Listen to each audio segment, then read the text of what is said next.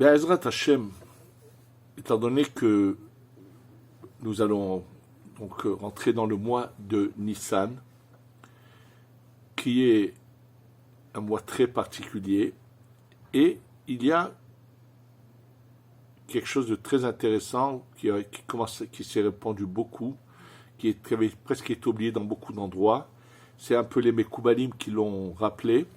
C'est ce qu'on appelle la Birkat Ha'ilanot, la bénédiction que l'on fait quand on voit des arbres fruitiers qui ont fleuri.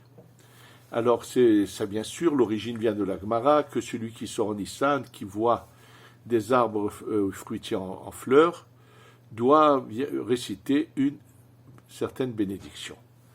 Ce qu'il faut avant tout savoir, c'est que à chaque fois que nous récitons une beracha, une bénédiction, il faut savoir qu'il y a un effet tout de suite qui va faire qu'au moment où on récite, on dit les mots Melech HaOlam, au milieu de la bénédiction, à cet endroit-là précis, on va faire monter des parcelles de lumière jusqu'au plus haut de niveau des mondes supérieurs et faire sortir des compléments. On va agir dans les mondes.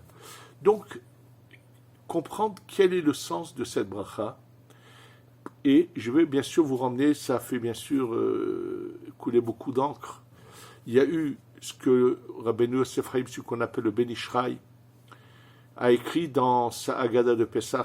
Au début de la Haggadah, il a un long commentaire là-dessus pour expliquer le sens profond de cette bracha.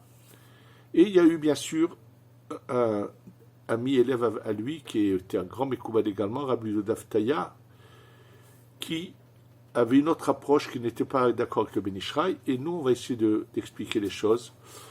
Finalement, bien sûr qu'on va expliquer ce qu'il a voulu dire le Ben Ishraï et expliquer le sens profond de cette bracha. Je peux vous dire d'emblée que cette bracha, si on était conscient du bienfait que nous faisons à des âmes qui sont souffrantes, oui. Alors pour comprendre de quoi il s'agit de cette souffrance de ces âmes, il faut revenir sur que se passe-t-il quand une personne quitte ce monde. Qu'est-ce qui se passe? Bon, alors dès qu'une personne, après avoir été enterrée, la première étape qu'il y a s'appelle Hibout HaKever, qui veut dire les coups de la tombe. Oui, une fois qu'une personne, à la seconde où la personne est enterrée, viennent des anges et questionnent le mort. Ils lui demandent son nom. Comment il s'appelle? Et dans la plupart des cas, il dit il ne sait pas, il ne répond pas, il ne sait pas. Il ne s'agit pas du nom qu'il avait de son vivant, il s'agit en fait du nom de sa neshama. Que fait-il qu'il y ait des gens qui le sachent, qui savent répondre et qui connaissent le nom de leur neshama et d'autres pas? Ce qui fait la différence, c'est que si des personnes ont fauté, elles ont automatiquement mis des sortes d'enveloppes impures sur leur neshama, et donc cette connaissance de la lumière qui est le nom de cette neshama n'arrive pas à communiquer et ils ne savent pas répondre. Et naturellement, il va se passer un événement qui s'appelle Hibuta Kever, où ces anges vont secouer cette personne avec ce qui est resté. Bien sûr qu'au niveau de la neshama, attention, il y a plusieurs niveaux. Je parle du nefesh qui est resté à l'intérieur et non pas du ruach ou de la neshama qui sont des niveaux bien plus élevés. Finalement, quand ils auront fini ce hibut hakever, cette souffrance, il est dit que normalement ça dure 3 jours. Je dis bien normalement. Sachez que lorsque Rabbi Yehuda Ftaya s'est présenté un jour à lui, un monsieur de Bagdad qui s'appelait Bechor, c'était son nom, Bechor il s'appelait, et qui avait des problèmes. Il avait des problèmes qui le dérangeaient terriblement. C'est qu'au moment où il faisait ses prières, il faisait son kaddish, il y avait une voix à l'intérieur de lui qui le gênait, qui l'embêtait, qui n'arrêtait pas de lui demander de devenir musulman. Donc il a compris qu'il avait quelque chose de pas bon en lui, et en allant chez le Rabbi Yehuda Ftaya, avec sa force kabbalistique, sa sainteté, a réussi à faire parler ce qui était en lui, c'était un dibouk, et qui l'a retrouvé? Celui qui a été le faux messie qui s'appelait Shabbatai Tzvi. C'est lui que Rabbi Daftaya retrouve. Et là, jusqu'à qu'il le fasse parler, qu'il arrive à communiquer avec lui, et finalement, Rabbi Daftaya va utiliser une manière intelligente, il va le convaincre d'accepter qu'on lui fasse son tikkun, et effectivement, Rabbi Daftaya va réparer la neshama avec ce bechor qui va faire des choses aussi, de Shabbatai Tzvi, pour qu'il puisse ensuite monter à la dernière étape qui sont les 12 mois de Guéhinam, d'enfer, où ce sont des bains de feu qui vont le nettoyer définitivement pour arriver à sa place au Gan Eden. Et lorsque Rabbi Daftaya l'a questionné, sachez qu'il a dit que chez lui, le Kihibut HaKever, écoutez bien, j'espère que vous êtes assis parce que vous allez être choqués d'entendre cela, le Hibut HaKever de Shabbatai Tzvi a duré 12 ans. Que pendant 12 ans, il a d'abord souffert dans la tombe. Bon, c'est parce que ce qu'il a fait a été terrible. Il faut savoir qu'il a fait les choses les pires de la terre. On ne peut pas s'imaginer les horreurs qu'il a pu faire et malheureusement entraîner derrière lui je ne sais pas combien de dizaines de milliers de juifs qui malheureusement sont devenus musulmans à cause de lui. Donc il a eu vraiment à payer très cher un lourd, au moment où Rabbi Daftaya l'a réparé, ça faisait déjà 2 ou 3 siècles qu'il était déjà dans cette errance, dans cette souffrance. Et là, très important, c'est une fois que, enfin, la personne répond, c'est son nom, ça veut dire que la clipa s'est séparée, ils envoient ce nefesh devant le Bédin d'en haut. Et là, il est jugé. Le jugement qu'il va avoir, il a 2 chemins.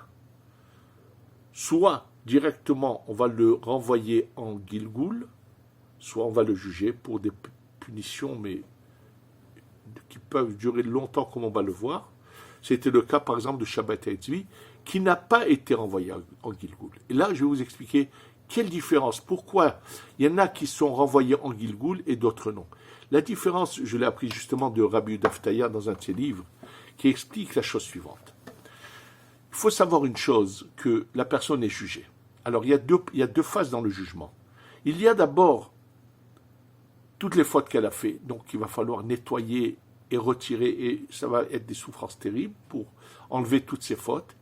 Mais ensuite, après qu'on ait nettoyé, si cette personne n'a jamais pratiqué, n'a jamais rien fait, donc à quoi sert-il qu'on la punisse et qu'on la nettoie, puisqu'une fois qu'elle sera nettoyée, il n'y aura rien pour la faire rentrer au Gan Eden.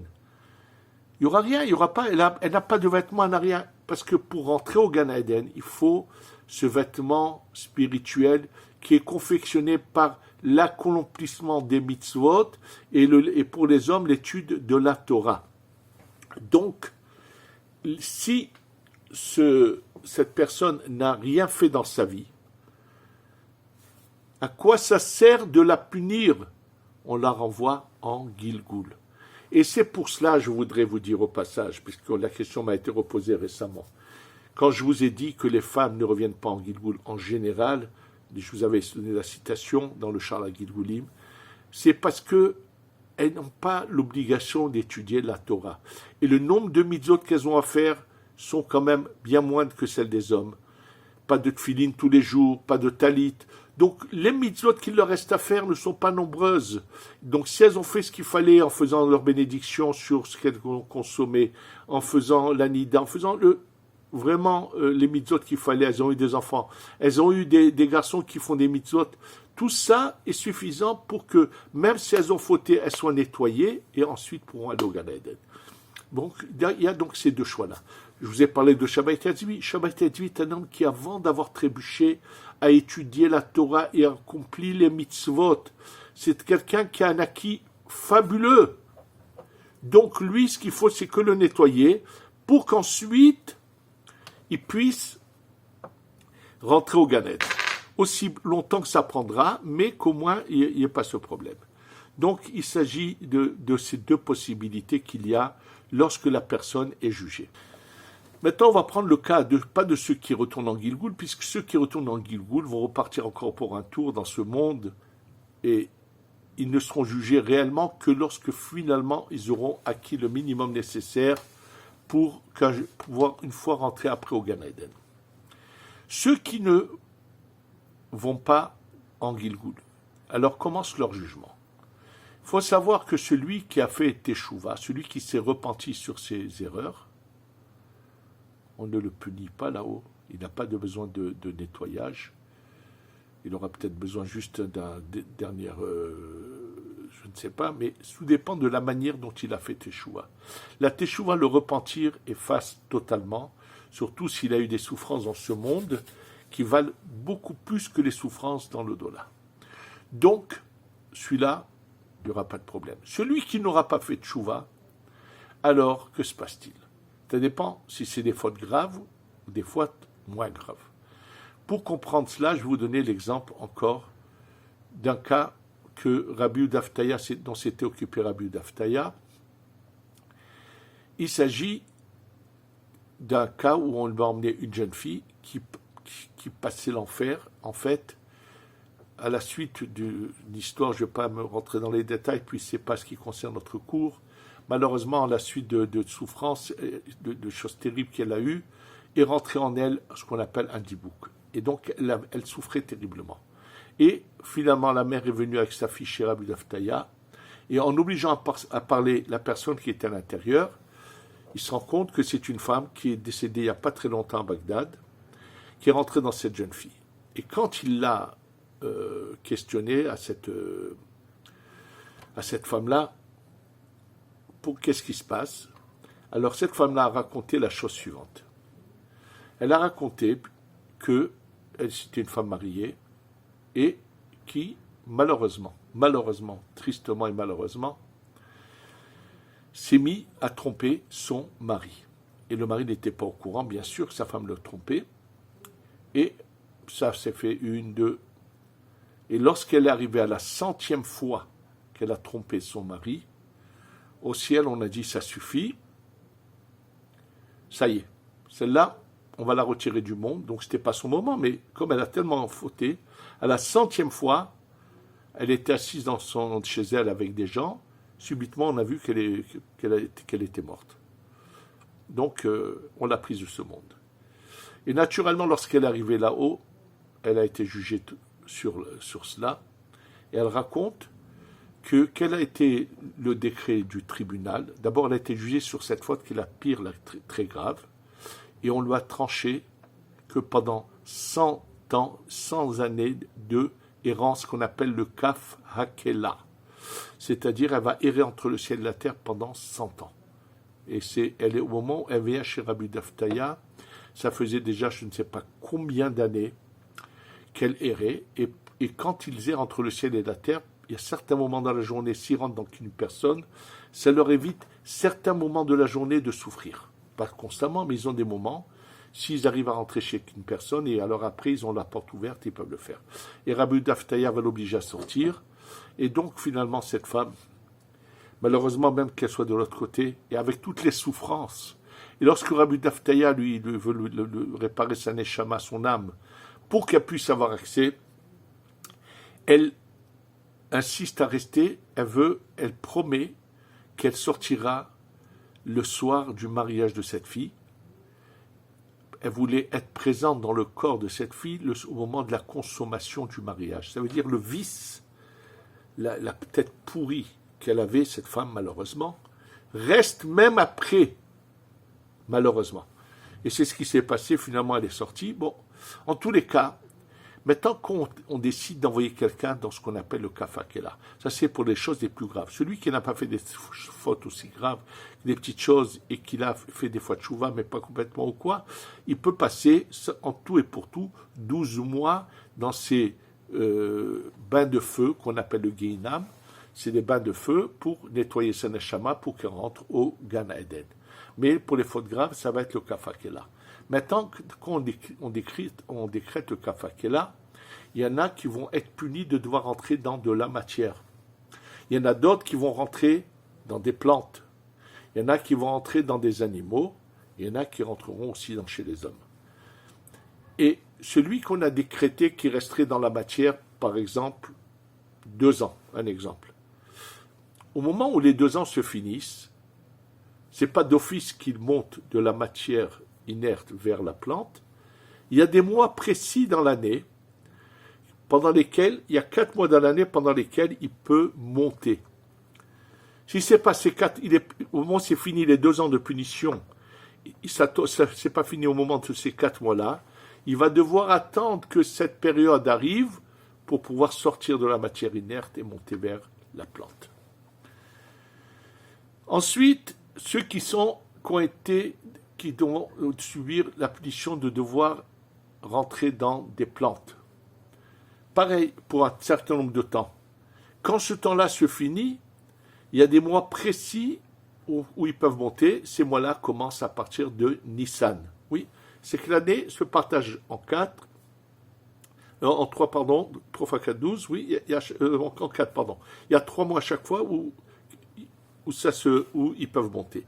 Tout ça se trouve écrit dans le Sha'ar Gilgulim, Perek Kabet, chapitre 22, qui parle comment ceux qui sont dans le cas Fakela, qu'on a punis de rentrer ou dans la matière inerte, ou dans les plantes, ou dans les animaux, à quel moment ils peuvent monter, sortir de là. Et donc, Nissan est la possibilité de monter des plantes vers les animaux. Et donc, c'est par rapport à cela que je vais vous expliquer ce que dit le Ben Ish Chai sur la Birkat Hailanot. Oui, en fait, on va aller voir tout de suite, mais pour le comprendre, je vais vous raconter encore un autre fait que ramène Rabbi Daftaya.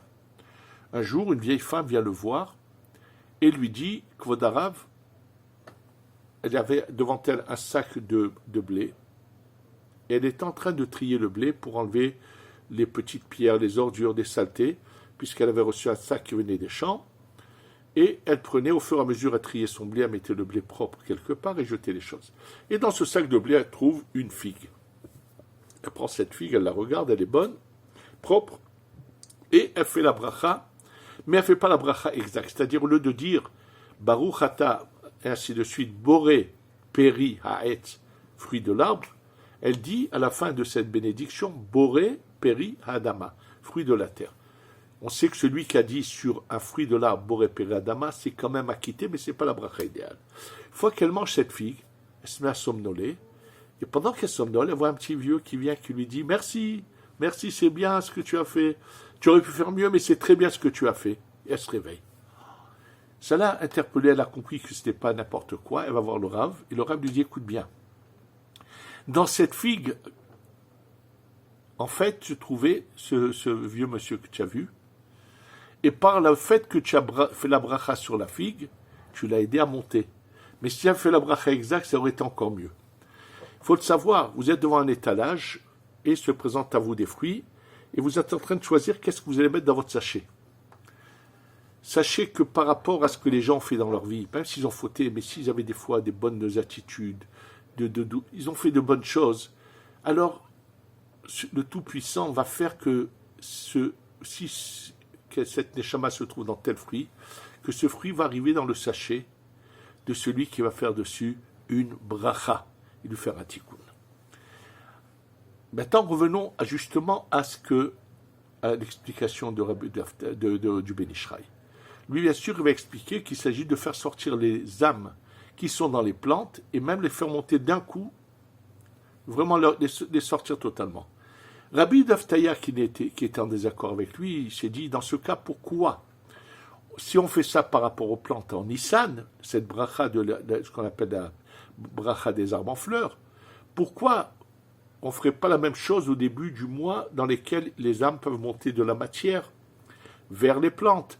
Pourquoi on ne ferait pas la même chose des animaux vers... C'est-à-dire, pourquoi il y a juste cela qui a été choisi?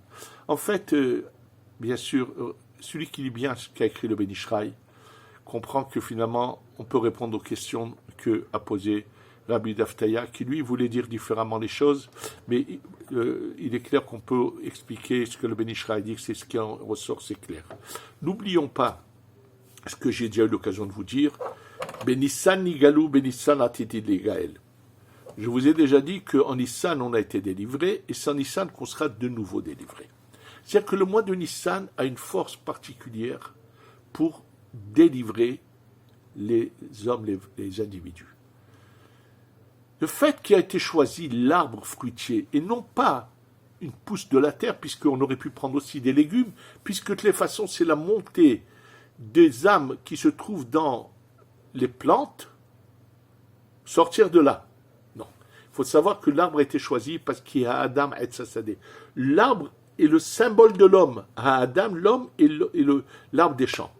Et étant donné qu'en Nissan, il y a une lumière de délivrance chaque année, surtout par rapport à ce que je vous ai dit que Moshe Rabbeinu avait demandé à Kadosh Baruch Hu, que même ceux qui n'avaient pas eu de rattrapage au mois de Tishré pendant les fêtes de Rosh Hashanah Kippour et Sukkot, ceux qui étaient au milieu, qui n'avaient pas fait tchouva comme il faut, qu'ils aient un rattrapage en Nissan.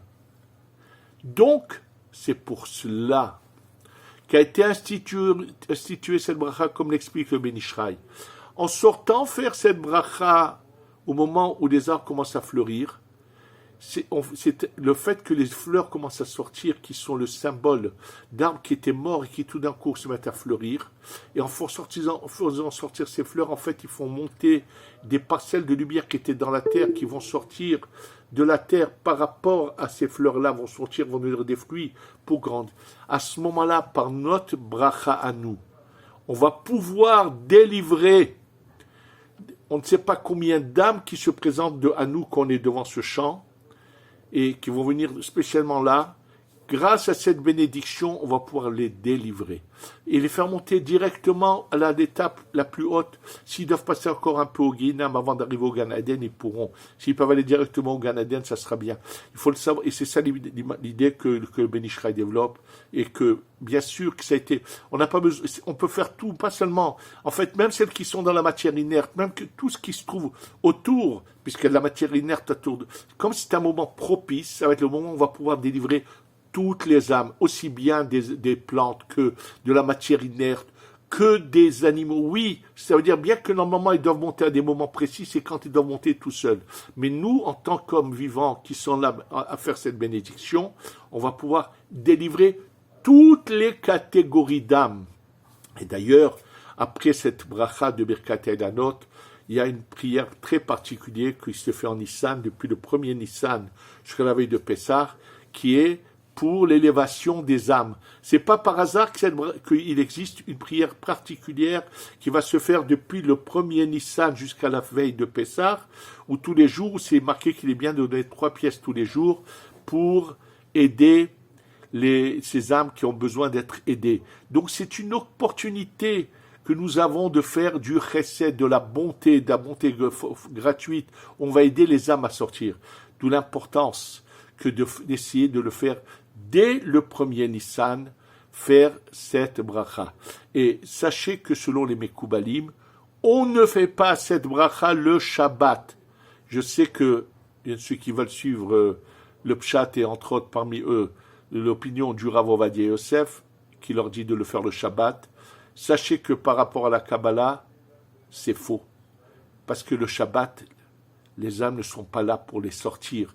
Étant donné que ça a une portée, comme l'explique Ben Ishraï, et ce qu'il dit est vraiment clair, et c'est tout à fait juste par rapport à beaucoup de textes, évitez de le faire Shabbat. Faites-le dès le premier Nissan, en semaine. Et donc, pensez, en faisant cette bracha, puis récitez juste après cette prière particulière pour l'élévation des âmes, qu'on on va venir aider toutes ces âmes qui ont besoin de monter. Pensez vouloir demander pour elles qu'elles puissent toutes monter, être délivrées. Et si on leur fait du bien, sachez qu'elles, à leur tour de là-haut, vont prier pour nous. Si nous, on délivre toutes ces âmes, ça ne fait que approcher notre délivrance totale à nous. Et qu'on espère que Be'ezrat Hashem, qu'on ait la chance ce Pessah, d'emmener le Korban Pessah, que enfin la Géoula arrive, que on ait enfin le Beth Amikdash, Shibane, Bimera Bi'amenu, Amen ve Amen.